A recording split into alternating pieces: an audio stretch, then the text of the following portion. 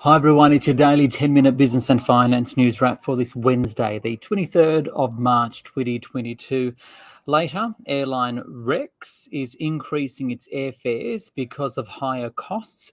Where else are we seeing inflationary pressures? But first, to property, and with prices rising and wages growth moderating, just how difficult is it for first home buyers to enter the market? For more, I spoke earlier, well, actually, it wasn't me, it was Sarah Conte, wishful thinking, spoke with Nicola Powell from Domain.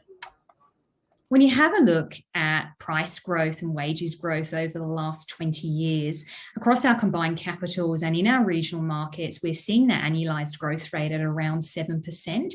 But when you look at wages growth has been half that, so about 3%. So you can really see that comparison that wages really have had not been able to compete with the level of growth that we've seen in our housing market.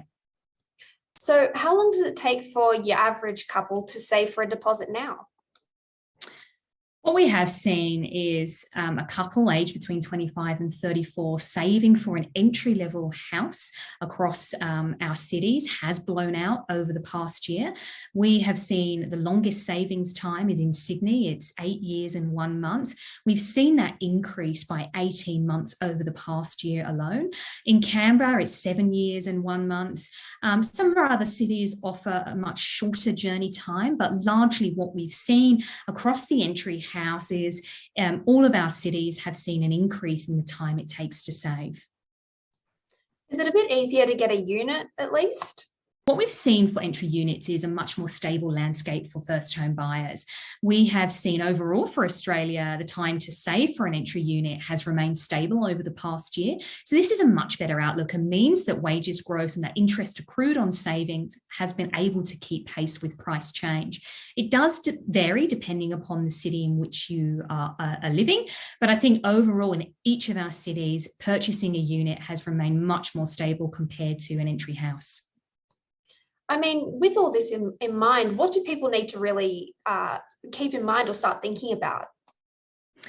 I think what this highlights is that if you are looking to save for your own home, you really need to enact that savings plan sooner rather than later. I think particularly if you don't have the bank of mum and dad to lean upon or perhaps an inheritance to help you with that lump sum deposit, saving a 20% deposit is the biggest hurdle a first home buyer faces. And I think that's become even more challenged in the face of rising property prices and the fact that we've got the increased cost of living. When you have a look at, say, rentals across Australia, we've got record rent in many of our cities, tight vacancy rates, which is likely to lead to further rental price hikes.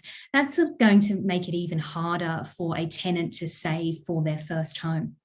What we have seen is a record price gap between houses and units. So that's pushed the gap between saving for an entry house and an entry unit widened over time. So what that means is the prospects of saving for an entry unit just look much better across all of our cities compared to saving for an entry house. And I think, what this report does highlight is perhaps we're seeing a bit of a disruption of what we deem as our first home, where traditionally we've described it as that quarter acre block with a hills hoist in the backyard. And I think what this proves is saving for an entry house takes a very long time and is challenging in all of our cities. And I think many first home buyers will have to either compromise on perhaps property type or perhaps they'll have to compromise on location or space.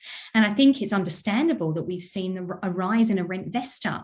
At a time where we've got escalating prices, I think those that are unable to purchase in the location they want to live, they purchase in a more affordable area. They become a rentvestor, so they rent out that investment property and then they continue to rent in an area in which is either close to their work and they want to actually reside. Sarah Conte there speaking with Nicola Powell from Domain. Now to the Australian share market, which closed higher today. The S&P ASX 200 up by 0.5%, 7,377. For more, I spoke earlier with Adam Dawes from Shaw and Partners. Yeah, look, it's been an interesting day. We were certainly up in the morning and then continued in the afternoon. Mining and energy stocks dragged the bourse down lower, but IT stocks and utilities definitely outperformed.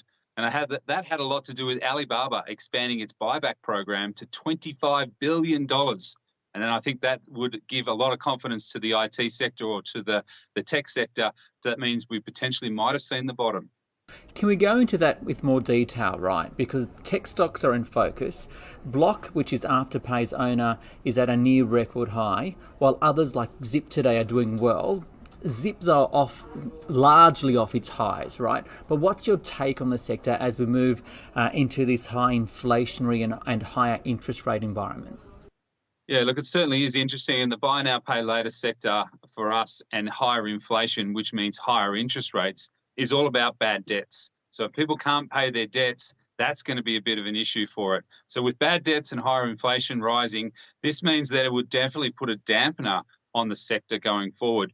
But it does look like that overall inflation is somewhat under control at the moment. And then from there, people are starting to wade back into the tech stocks. All right, speaking of inflation, let's talk about Rex, the regional airline, which now flies into capital cities. Today saying it's increasing its fares by $10 because of rising costs, namely fuel. So is this something that's likely to happen across the board, even beyond the airline industry? Look, it certainly is, and we're starting to see inflation really start to bite in a lot of other sectors. But going back to the airline industry, Qantas is temporarily insulated against any of these soaring fuel prices because of their hedging program that's been brought forward. But that stops in end of June or start of July. So that's going to then allow for higher prices to start flowing through into the aeronautical space. But look, certainly as far as what we've seen, Woolworths, Coles, they've stopped or haven't been able to pass on costs to customers just yet, but we know that inflation is starting to bite, and that will then definitely affect higher food costs, higher petrol prices, and we've already started to see that at the pump and the Bowser, ongoing from now on. How worried are investors about this rising inflationary environment and its implication for shares? Look, I think everybody's worried about it. Like, there's no doubt about it. There is a concern within the industry or within the market that this is going to be an issue going forward. One on overall GDP, and we've seen the world GDP numbers being pushed back or pulled back growth by about 1% to now be about 3.6% year on year. So overall growth is now starting to slow a bit. So I do think that investors are going to be concerned about this, and they will need to take a stock of their portfolio to understand what's going to happen and choosing some of those stocks that potentially will benefit from a higher inflationary environment. And finally, in this environment, where are the opportunities then? Yeah, look, there's some really good opportunities that are out there. Certainly looking for stocks that or businesses that can raise their prices with inflation. Transurban is a fantastic one. The toll road operators. Telstra is another one that's raising its mobile phone prices so it keeps up with inflation. So always looking for businesses that are able to keep up with inflation and rise their prices without cutting the bottom line, I think is the holy grail of what we're looking for at the moment. That was Adam Dawes there from Shaw and Partners. This SBS On The Money stream is provided for informational purposes only. The content in this stream should not be understood as constituting advice or a recommendation. It is not personal advice and it does not consider your personal circumstances or objectives. You should contact a licensed professional before making any financial decisions.